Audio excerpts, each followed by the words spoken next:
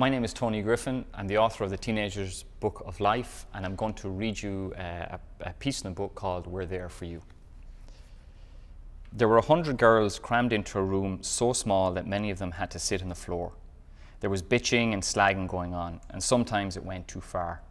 The teachers wanted it to stop as they knew some girls were finding life really tough. A question was asked: what is it about you the group might never know? There was silence except for shuffling in chairs and nervous coughs in the thick air. Then one girl stood up at the back and said, "I have one." She was small, her hair was dark brown, and it covered her face like curtains she wanted to keep closed. "What people don't know about me is that my mum is sick. She can't leave her bed. It's been that way for a year now. Because my mother can't work, my dad goes to work earlier to pick up extra shifts. So when I get up in the morning, my job is to get my younger sisters ready, dress them, make them their breakfast, make their lunches, and make sure they're ready for school.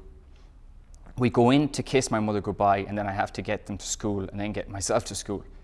In the evening, I do the same routine for dinner, and when I've put my sisters to bed, I try and get some homework done."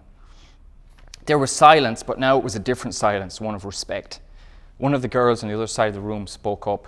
"What do you miss most from before your mum got sick?"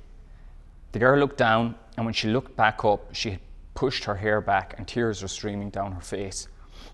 "Before my mother got so sick that she couldn't walk anymore, she used to get my uniform and put it on the radiator so that on cold mornings, when I put it on, it would feel nice and warm against my skin. It was like our little thing. Then she was showing me, I knew she was showing me how much she loved me by doing that.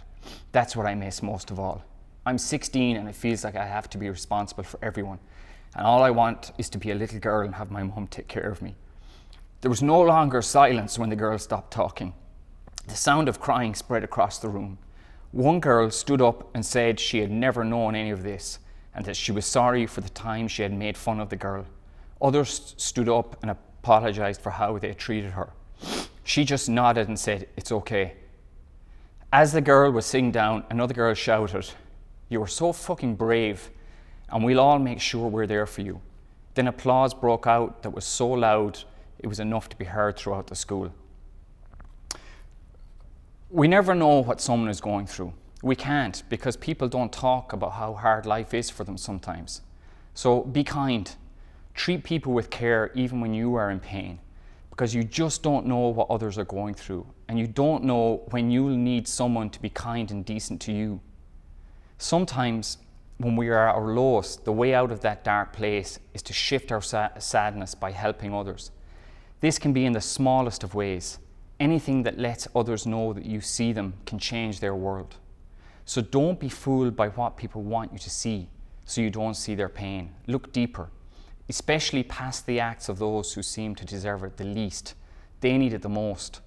And just be kind to them with a smile or a word. I know it's hard sometimes. Sometimes I don't care about anyone but myself, but that's okay too. But don't let it stop you pulling others up from the depths of their lonely despair, because when even one of us is better, we're all better off.